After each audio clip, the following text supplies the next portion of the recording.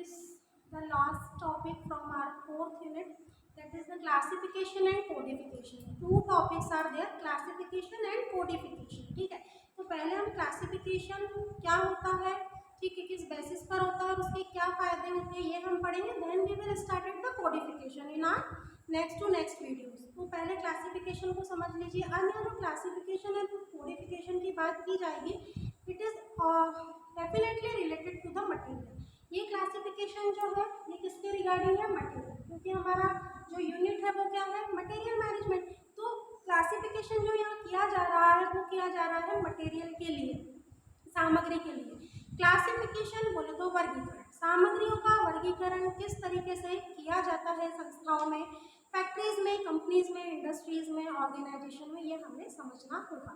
तो इस वीडियो से हम स्टार्ट करते हैं. क्लासिफिकेशन का मीनिंग समझ लीजिए. It is a systematic division. ठीक है, सबसे पहले सिस्टमेटिक यानी प्रॉपर है ना. डिवीजन बोले तो डिवाइड करना, ग्रुपिंग और द कैटेगराइजेशन ऑफ मटेरियल, जिसमें हम मटेरियल को डिवीजन करते हैं, मटेरियल की ग्रुपिंग करते हैं और मटेरियल की कैटेगरीज को डिवाइड कर देते हैं और items based on some common characteristics.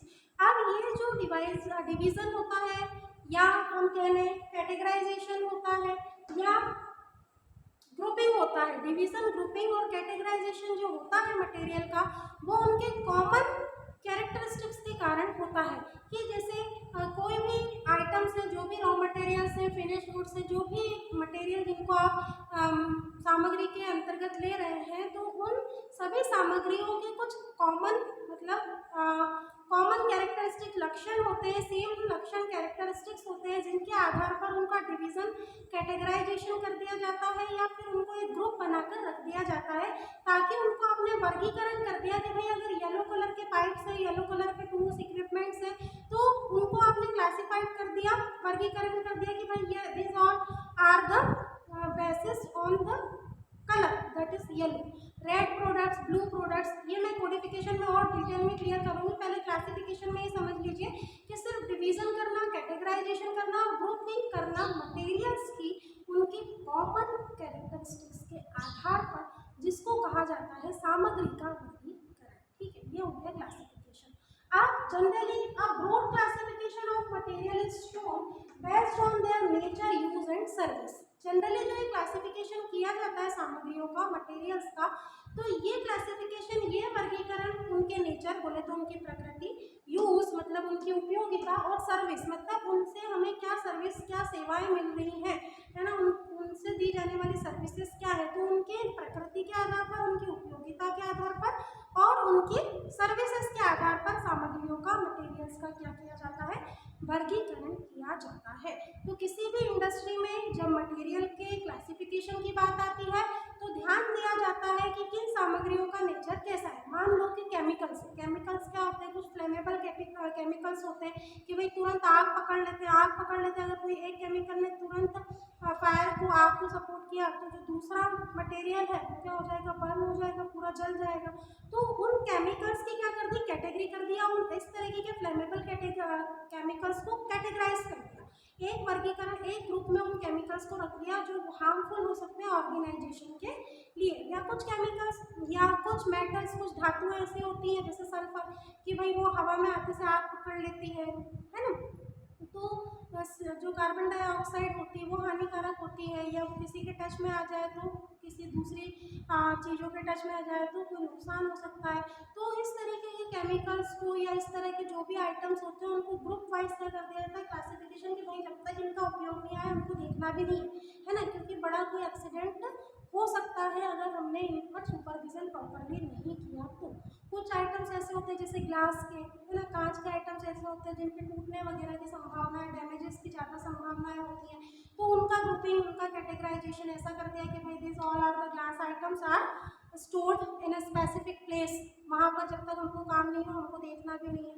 तो लाइक दैट हर इंडस्ट्री में, हर फैक्ट्री में इस तरीके से क्लासिफिकेशन उनके प्रोडक्ट के नेचर, यूज और one more thing is services के अकॉर्डिंग किया जाता है. अब क्लासिफिकेशन जो होता है it is basis of basis of classification of material. अब जब क्लासिफिकेशन किया जाएगा सामग्रियों का या मटेरियल्स का, तो वो किस आधार पर होगा देख लीजिए। पहला है बेसिस ऑफ नेचर, मतलब जो मैंने बताया कि पहला उनका जो वर्गीकरण है वो उनकी प्रकृति के आधार। अब जो मटेरियल्स होते हैं basis of nature, so here the two types of basis of nature, that is the direct material and indirect material. What is the direct material? Those materials who are directly used for the manufacturing or the producing the product. ऐसे सारे items, ऐसी सारी वस्तुएं जिनका उपयोग directly किया जाता है किसी भी उत्पाद की मैन्युफैक्चरिंग के लिए या उत्पादन के लिए, जैसे रॉ मटेरियल। ठीक है, अब ये जब मार्कर बना होगा तो इसमें प्लास्टिक का यूज़ किया गया होगा, तो प्लास्टिक इसका क्या होगा,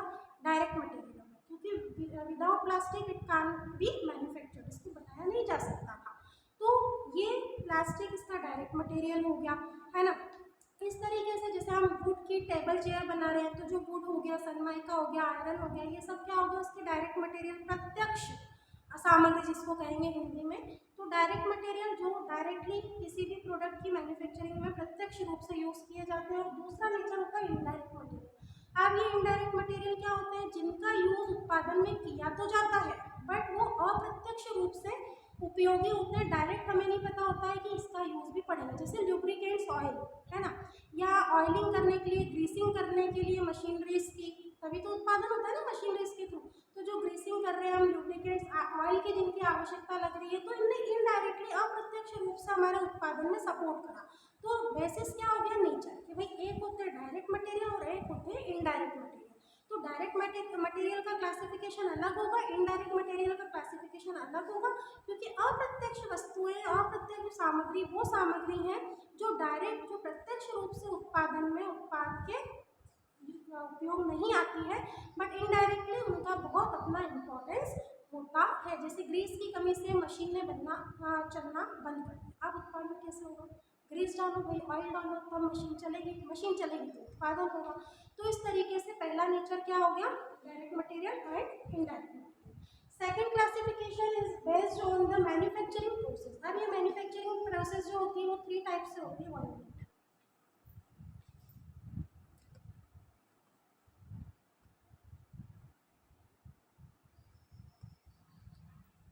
बेसिस ऑफ मैन्युफैक्चरिंग प्रोसेस, ये 3 टाइप से हो रही है। पहले क्या हो रही है हमारी, pre process stock. Pre process stock बोले तो raw material which is used as a input for the production of material, जिसका उपयोग हम प्रोडक्शन के लिए क्या कर रहे हैं, उत्पादन के लिए हम कर रहे हैं, जैसे रॉ मटेरियल, या वो सारी वस्तुएं जिनके बिना उत्पादन संभव नहीं है। तो वो हो गया आपका प्री प्रोसेस स्टॉक, जिन सामग्रियों की आवश्यकता आपको उत्पादन के लिए सबसे पहले लगेगी, उसको बोलते हैं हम प्री प्रोसेस स्टॉक। नेक्स्ट होता है हमारा इंटरमीडिएट स्टॉक। इंटरमीडिएट स्टॉक बोले तो वर्क इन प्रोग्रेस, जब रॉ मटेरियल का थोड़ा बहुत कन्वर्जन किया गया है बट अभी फिनिश्ड गुड्स, अंतिम उत्पाद नहीं बना है, उसको हम बोलते हैं इंटरमीडिएट स्टॉक। जैसे कुछ प्रोडक्ट बनकर रख गए, जैसे ये मार्कर बन गया और इसकी अभी कैप नहीं बनी है, ठीक है, इसका कैप अभी नहीं बना है, अभी सिर्फ ये इतना रेडी हुआ है, तो इसको हम क्या बोलते हैं, इंटरमीडिएट स्टॉक। मतलब इसमें अभी काम और होगा, जब इसका कैप बनेगा तब ये फिनिश्ड गुड्स माना जाएगा। जब तक इस प्रोडक्ट का कंप्लीशन ना हो जाए, वो वर्क इन प्रोग्रेस रहे, तो उसको हम क्या बोलते हैं, इंटरमीडिएट स्टॉक। अब मान लीजिए कि जैसे फुटवेयर की हम बात करें, तो फुटवेयर के लिए आप जिस भी मटेरियल से आप फुटवेयर बना रहे हैं, जूते चप्पल बना रहे हैं, तो वो हो गया रॉ मटेरियल थोड़ा बहुत। अब मान लो कि आपको फीमेल्स के लिए आप हील्स बना रहे हैं, तो आपने उसका सोल बनेगा तैयार कर लिया, बस आपको हील्स उसमें फिट करनी है। तो जब तक सोल बनकर तैयार है, ऊपर का स्ट्रक्चर पूरा तैयार है, तो वो आपका क्या होगा, इंटरमीडिएट स्टॉक, क्योंकि अब इसमें हील लगना बाकी है। और जब उस फुटवेयर में हील लग जाएगी, तब उसको हम क्या बोलेंगे, फिनिश्ड गुड्स और finished product. That means after completion of the intermediate stock, when we have to shipment और we have to distribute to the seller, this is known as the finished goods. तो ये हो गए 3 तरीके के material जो कि मैन्युफैक्चरिंग प्रोसेस में आते हैं। पहला होता है आपका प्री प्रोसेस स्टॉक, जो रॉ मटेरियल के तौर पे यूज़ किया जाता है बट बिना उसके कंप्लीशन के बेचा नहीं जा सकता। फिर इंटरमीडिएट स्टॉक, जो आधा अधूरा बनकर तैयार है बट अभी पूरा कंप्लीशन होना बाकी है। और जब प्रोडक्ट पूरा बनकर तैयार हो जाए, सिर्फ आपको उसका शिपमेंट करना है, डिलीवर करना है, कस्टमर तक, सेलर तक पहुंचाना है, तो it is known as the finished goods और product. Because the we can understand it with the name ना फिनिश्ड गुड्स, मतलब अंतिम उत्पाद बनकर तैयार हो गया, बस आपको उसका बेचना बाकी है, तो उसको हम कहते हैं फिनिश्ड गुड्स। तो इनको 3 कैटेगरी में अलग अलग डिवाइड कर दिया था, रॉ मटेरियल का अलग, इंटरमीडिएट स्टॉक का अलग और फिनिश्ड गुड्स अलग, ताकि पता रहे कि भाई बेचना किसे। Next, the based on value. Now here the products are based on their values. Values के साथ कि in this is categorized or this is classified into 3 categories. That is the category A, category B और category C. तो जो category A होती है उसमें minimum हम कह सकते हैं 5 to 10% items जो होते हैं it is too much expensive from the 70 to 80%. 70 to 80% इनका स्टॉक अवेलेबल होता है, बट उनका जो फ्लो होता है it is up to the 5 to 10%। ये काफ़ी एक्सपेंसिव प्रोडक्ट होते हैं, जैसे 70 to 80% आपके स्टोर में वो है, but you have to use up to 5 to 10%। फिर होते हैं कैटेगरी बी, जिसमें आप अपना यूज़ कर सकते हैं 20 to 25% तक, और उनका जो फुल ऑफ स्टॉक होता है वो कितना होता है अराउंड 75 to 85%। इतने परसेंट से आप 20 to 25% उनका यूज़ कर सकते हैं, मतलब वो थोड़े से कम महंगे प्रोडक्ट होते हैं। और लास्ट होता है कैटेगरी सी, जिनकी वैल्यू सबसे ज़्यादा चीप होती है, जिनको आप यूज़ कर सकते हैं 75 to 85% अमाउंट 5 to 10%। ठीक है, 5 to 10% at store value, but you can use at the 70 to 80%। तो कैटेगरी ए के जो प्रोडक्ट होंगे वो सबसे एक्सपेंसिव, सबसे महंगे प्रोडक्ट होते हैं। कैटेगरी बी के प्रोडक्ट जो होते हैं वो थोड़ा सा इकोनॉमिकल होते हैं, ना ज़्यादा महंगे ना ज़्यादा सस्ते। और जो कैटेगरी सी के प्रोडक्ट्स की वैल्यू होती है वो बिल्कुल चीप होती है, बिल्कुल सस्ते प्रोडक्ट्स होते हैं, जिनको स्टोर अगर कम भी करा जाए तो उनका कंजम्पशन ज़्यादा किया जा सकता है as per their value. Now the last classification is basis on the movement of stores. अब मूवमेंट ऑफ स्टोर्स 3 टाइप के हो गए। पहला हो गया fast moving material, slow moving material and dormant store. ठीक है, अब फास्ट मूविंग मटेरियल क्या होता है कि for the production purpose the stock which is rapidly used for the production. ऐसे उत्पाद, ऐसे मटेरियल जिनका उपयोग जब प्रोडक्शन किया जाता है तो बहुत तेज़ी से उन प्रोडक्ट की क्या होती है, बहुत जल्दी, बहुत रैपिडली फ्लो होता है कि भाई जैसे ही आप प्रोडक्शन करना स्टार्ट करेंगे तो उनका फ्लो जो होगा उन मटेरियल का वो बहुत फास्ट होगा। जितना फास्ट मूविंग मटेरियल प्रोवाइड करेंगे उतना ही प्रोडक्शन तेज़ी से होगा, लाइक रॉ मटेरियल।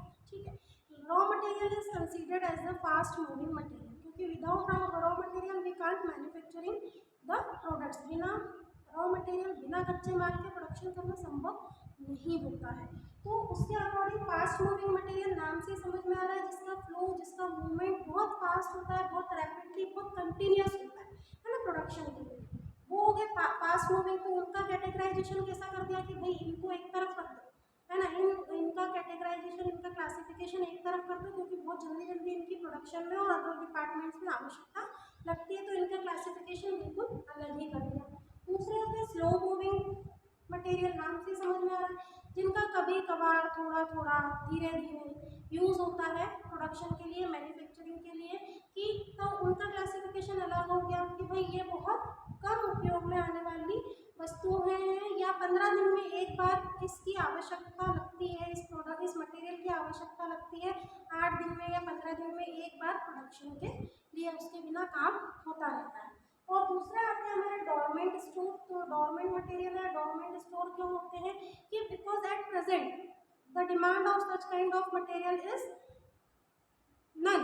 अभी की कंडीशन में, वर्तमान की स्थिति में इस प्रोडक्ट की, इस वस्तु की, इस मटेरियल की आवश्यकता नहीं है, but it may regain demand in future, लेकिन भविष्य में उसकी जो डिमांड है वो वापस से बढ़ेगी। तो आज हमको उसका रख रखाव उतनी ही सावधानी से करना है, because in future it again regain the demand, market वापस से इसकी जो मांग है वो एक फ्यूचर में बढ़ने वाली है। और उसकी कैटेगरी में आते हैं सीजनल मटेरियल, जैसे कि मान लो कि अब समर के बाद रेनी सीजन आएगा, तो अभी जो अम्ब्रेलाज हैं, जो रेन का कोट है, उनके जो fast moving, slow moving material होंगे, तो उनको क्या कर दिया गया होगा, अभी एक तरफ रख दिया गया होगा।